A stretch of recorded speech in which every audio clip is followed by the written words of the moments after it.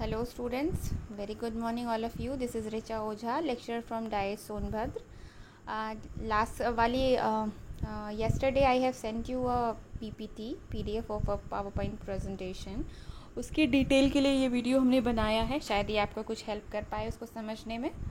तो इसके कुछ नया शुरू करने से पहले सबसे पहले क्विक रिवीजन करेंगे कि हमने इसके पहले वाली क्लास या इसके पहले वाले सेशन में क्या किया था।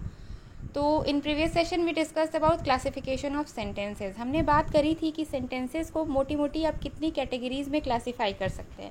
हमने बहुत सारे सिचुएशंस डिस्कस किए थे जो कि हम अपने डेली बोलचाल या अपने कॉन्वर्सेशंस में यूज़ करते हैं, और उसको फिर हमने 4 कैटेगरीज में बांट दिया था। उसमें सबसे पहला था एजर्टिव और डिक्लेरेटिव सेंटेंसेस, जिसमें आपका अफर्मेटिव और नेगेटिव दोनों आ रहा था। अफर्मेटिव यानी कि जो पॉजिटिव होता है, जो फुल स्टॉप से एंड होता है और एक स्टेटमेंट होता है फैक्ट या आइडिया का। नेगेटिव वो भी फुल स्टॉप से ही एंड होगा, लेकिन ये नकारात्मक भाव का जो है बोध कराता है। इसमें आप नॉट यूज़ करते हैं, इसमें कुछ नहीं होना, नहीं का यूज़ किया जाता है। ये दोनों ही एजर्टिव और डिक्लेरेटिव सेंटेंसेस की कैटेगरीज में आते हैं। फिर था इंटरोगेटिव सेंटेंसेस। इसको हमने 4 कैटेगरीज में देखा था। फाइनल जो एक कैटेगरी इंटरोगेटिव सेंटेंसेस है, इसकी 4 सब कैटेगरीज हमने देखी थी कि इसमें 4 तरह के जो सेंटेंसेस है वो फॉर्म किए जाते हैं।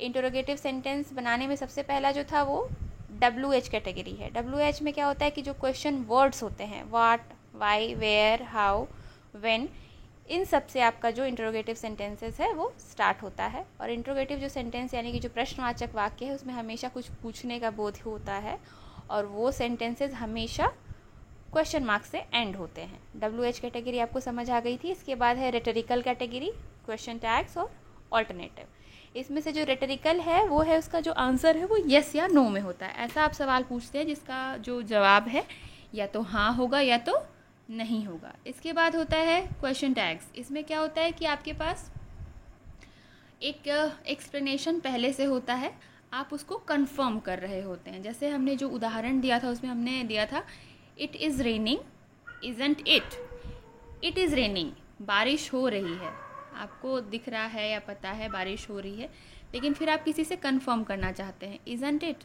क्या ऐसा नहीं है। इसके बाद आता है ऑल्टरनेटिव। उसमें आपका जो क्वेश्चन होता है ईदर और टाइप का होता है। आपके पास 2 ऑल्टरनेटिव होते हैं, आप ये पूछते हैं कि मैं ये करूं या ये करूं, मैं सो जाऊं या खा लूं। इस टाइप के क्वेश्चंस होते हैं उसमें। इसके बाद नेक्स्ट आपकी कैटेगरी जो है वो है इम्परेटिव सेंटेंसेस की। जैसा कि नाम से ही क्लियर है, आज्ञा सूचक वाक्य, लेकिन इसमें आज्ञा देने या कमांड करने के अलावा आपके रिक्वेस्ट आदि भी चीज़ें आ जाती हैं। जो लेट वाले जो सेंटेंसेस होते हैं या प्लीज़ से जो सेंटेंसेस स्टार्ट होते हैं। और इम्परेटिव सेंटेंसेस की सबसे बड़ी बात ये होती है कि उसमें जो सब्जेक्ट होता है, उसमें जो कर्ता होता है, हमेशा यू, यानी कि सेकेंड पर्सन जो होगा यू होगा। कई जगह यू लिखा आपको मिलेगा, कई जगह यू नहीं होता है, लेकिन ये अंडरस्टूड है कि इम्परेटिव सेंटेंसेस का जो सब्जेक्ट होगा वो यू ही होगा। फिर था एक्सक्लामेटरी सेंटेंसेस। एक्सक्लामेटरी सेंटेंसेस जो है एक तरह का ये पॉजिटिव या आपका असर्टिव ही सेंटेंस है, लेकिन ऐसा ये सेंटेंस है जो कि बहुत डीप फीलिंग्स, सडन फीलिंग्स, बहुत एक्साइटमेंट में आप जो एक्सप्रेस करते हैं, आपकी जो इमोशनल फ्लोज होते हैं, आप उन सेंटेंसेस को इस कैटेगरी में रखते हैं। इन सेंटेंसेस की पहचान ये होती है कि इनका जो अंत होता है नोट ऑफ एक्सक्लामेशन या एक्सक्लामेटरी मार्क से होता है, जो कि एक खड़ी पाई, उसके नीचे एक बिंदी होती है। ठीक है, अब देखते हैं आज हमने क्या डिस्कस करना है।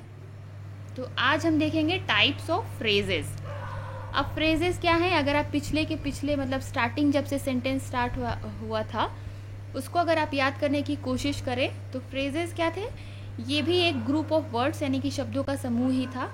ये एक सेंस देता था, बट वो सेंस कंप्लीट नहीं होता था। इसका जो है अलग सब्जेक्ट और प्रेडिकेट नहीं होता था, लेकिन ये एक सेंस आपको प्रोवाइड करता था। अब कुछ भी आगे करने से पहले सबसे पहले देखते हैं इन एग्जाम्पल्स को। जो एक कलर्स में पेयर में लिखे हुए हैं वो दोनों रिलेटेड हैं। पहला है the teacher was a kind man, फिर दूसरा है the teacher was a man with kindly nature. अगर आप दोनों को देखें तो दोनों का सेंस जो है वो एक ही निकल के आ रहा है। पहले जो था टीचर की विशेषता, देखें आप तो the teacher was a kind man, जो काइंड है वो यहाँ पे एडजेक्टिव की तरह यूज़ हुआ है, वो टीचर की विशेषता बता रहा है। फिर दूसरे सेंटेंस में आप देखें तो teacher was a man with kindly nature. तो कहीं ना कहीं ये भी जो टीचर है उसकी विशेषता बता रहा है, उसको क्वालिफाई कर रहा है, लेकिन ये सिर्फ एक सिंगल वर्ड नहीं है, ग्रुप ऑफ वर्ड है। ठीक है, तो दोनों का सेंस यही है, यानी कि जो करता है टीचर है, सब्जेक्ट है, उसको क्वालिफाई करना, उसकी विशेषता बताना। अगर आपको या पार्ट्स ऑफ स्पीच का जो जनरल इंट्रोडक्शन याद हो तो ये काम कौन करता है? एडजेक्टिव करता है। क्वालिफाई करने का नाउन या प्रोनाउन को एडजेक्टिव करता है। तो यहाँ पे पहले सेंटेंस में वो काम एडजेक्टिव कर रहा है और दूसरे सेंटेंस में वो ग्रुप ऑफ वर्ड जो है वही काम कर रहा है। तो ये जो ग्रुप ऑफ वर्ड है पूरा सेंस नहीं दे रहा है, लेकिन फिर भी एक आपको थोड़ा सेंस दे रहा है। इसका मतलब ये क्या है? ये कंप्लीट सेंटेंस तो है नहीं जो अंडरलाइन पार्ट है, तो फिर ये क्या है? ये फ्रेज है। फिर आप दूसरा वाला देखें, ग्रीन वाला, I like to see smiling faces. दूसरा इसका जो ऑल्टरनेटिव है, I like to see a face with a smile on it. अब फेसेस को जो क्वालिफाई कर रहा है यहाँ पे वो स्माइलिंग है। पहले में सिर्फ एक वर्ड से उसकी विशेषता पता चल जा रही है, दूसरे में अ face with a smile on it. With a smile on it, it is a group of word. ये भी एडजेक्टिव की तरह काम कर रहा है, जो स्माइलिंग वर्ड है वो भी एडजेक्टिव की तरह काम कर रहा है। पहले सेंटेंस में ये एडजेक्टिव है, दूसरे सेंटेंस में ये क्या है? एडजेक्टिव फ्रेज है। थर्ड वाले एग्जाम्पल में भी वही चीज़ है, अ valuable ring was found yesterday. Ring की विशेषता क्या बताई जा रही है? वैल्यूएबल। दूसरे में देखिए, a ring with great value was found yesterday. पहले सेंटेंस में वैल्यूएबल ने जो विशेषता बता दी, दूसरे सेंटेंस में एक ग्रुप ऑफ वर्ड जो कि है विथ ग्रेट वैल्यू, वो उस रिंग की विशेषता बता रहा है। तो पहले में ये क्या है? एडजेक्टिव है, दूसरे में ये है एडजेक्टिव फ्रेज। अब एडजेक्टिव फ्रेजेस क्या है? We have seen that sometimes a group of words does the work of an adjective. हमें एकदम समझ आ गया कि कभी कभी जो ग्रुप ऑफ वर्ड जो है वो एडजेक्टिव की तरह काम करता है। In each of the previously mentioned pair of sentences, जो पिछला एग्जाम्पल हमने देखा पेयर्स में, we have first a single word describing the person. जो सिंगल वर्ड से जो होता है वो जो सब्जेक्ट है उसकी क्वालिफिकेशन या कैरेक्टरिस्टिक पता चल रही थी, denoted by the noun, and then a group of words describing the person और thing denoted by the same noun. जैसे कि पेयर्स में जो था, पहले में सिर्फ एक वर्ड से उसकी विशेषता पता चल जा रही थी और उसी के एडजेसेंट जो दूसरा सेंटेंस था उसमें एक ग्रुप ऑफ वर्ड जो है वो ये काम कर रहा था। तो एक में जो ग्रुप ऑफ वर्ड है जो कि नाउन की या फिर प्रोनाउन की या किसी चीज़ की सेंटेंस में विशेषता बता रहा था, तो उसको आप क्या कहेंगे? Adjective phrase. अब देखते हैं कि एडजेक्टिव और एडजेक्टिव फ्रेज का एक रिलेशन। अगर आपका एडजेक्टिव है अ गोल्डन चेन, एक सेंटेंस में आपने यूज़ किया अ गोल्डन चेन, चेन की विशेषता पता चली आपको कि वो गोल्डन है, सोने की है। अगर इसको आप फ्रेज के फॉर्म में लिखें तो a chain made of gold. फिर आप एडजेक्टिव में देखें the Indian flag, adjective phrase वो क्या होगा? The flag of India. A blue eyed boy, एक लड़का है जिसकी आंखें नीली हैं, a boy with blue eyes. Sense same है, बस फ्रेज और एडजेक्टिव का अंतर है। फिर आप आता है अब एक दूसरी सिचुएशन है, उसको आप ऑब्जर्व करें। He ran quickly, he ran with a great speed. He ran quickly यानी कि वो बहुत जल्दी दौड़ गया, he ran with a great speed मतलब वो बहुत स्पीड में दौड़ गया। दोनों का सेंस एक ही निकल के आ रहा है।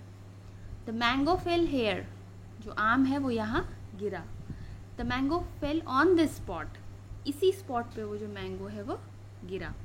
दोनों का सेंस सेम है।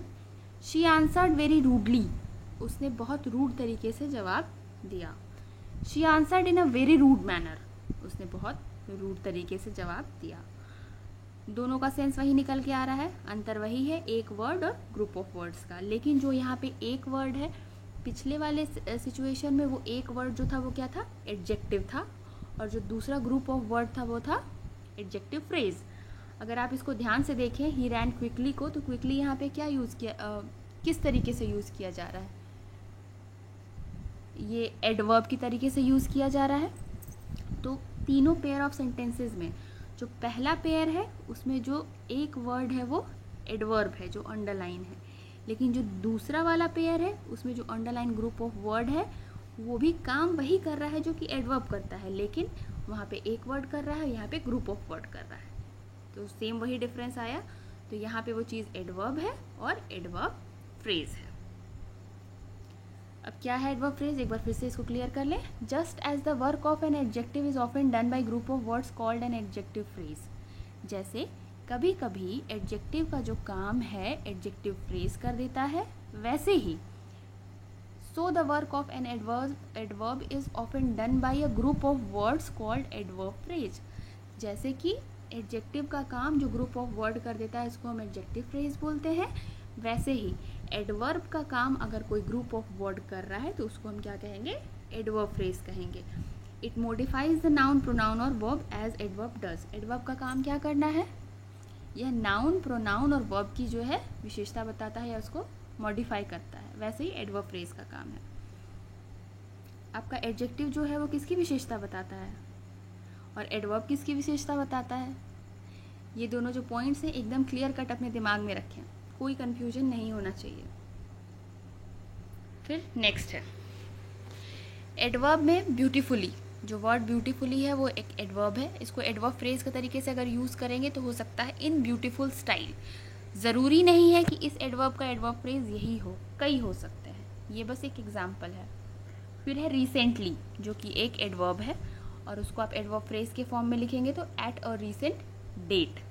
ब्रेवली, बहादुरी से, adverb phrase in a brave manner. तो आज के लिए हम नाउन फ्रेज रहन देते हैं। हम सिर्फ आज हमने क्या किया, एडजेक्टिव फ्रेज किया और एडवर्ब फ्रेज दोनों का एक इंट्रोडक्शन किया। अब नेक्स्ट सेक्शन में हम एडजेक्टिव फ्रेज, एडवर्ब फ्रेज और नाउन फ्रेज तीनों को डिटेल में देखेंगे। इसके बाद हम टाइप्स ऑफ क्लॉजेज देखेंगे। तो आज के लिए थैंक यू।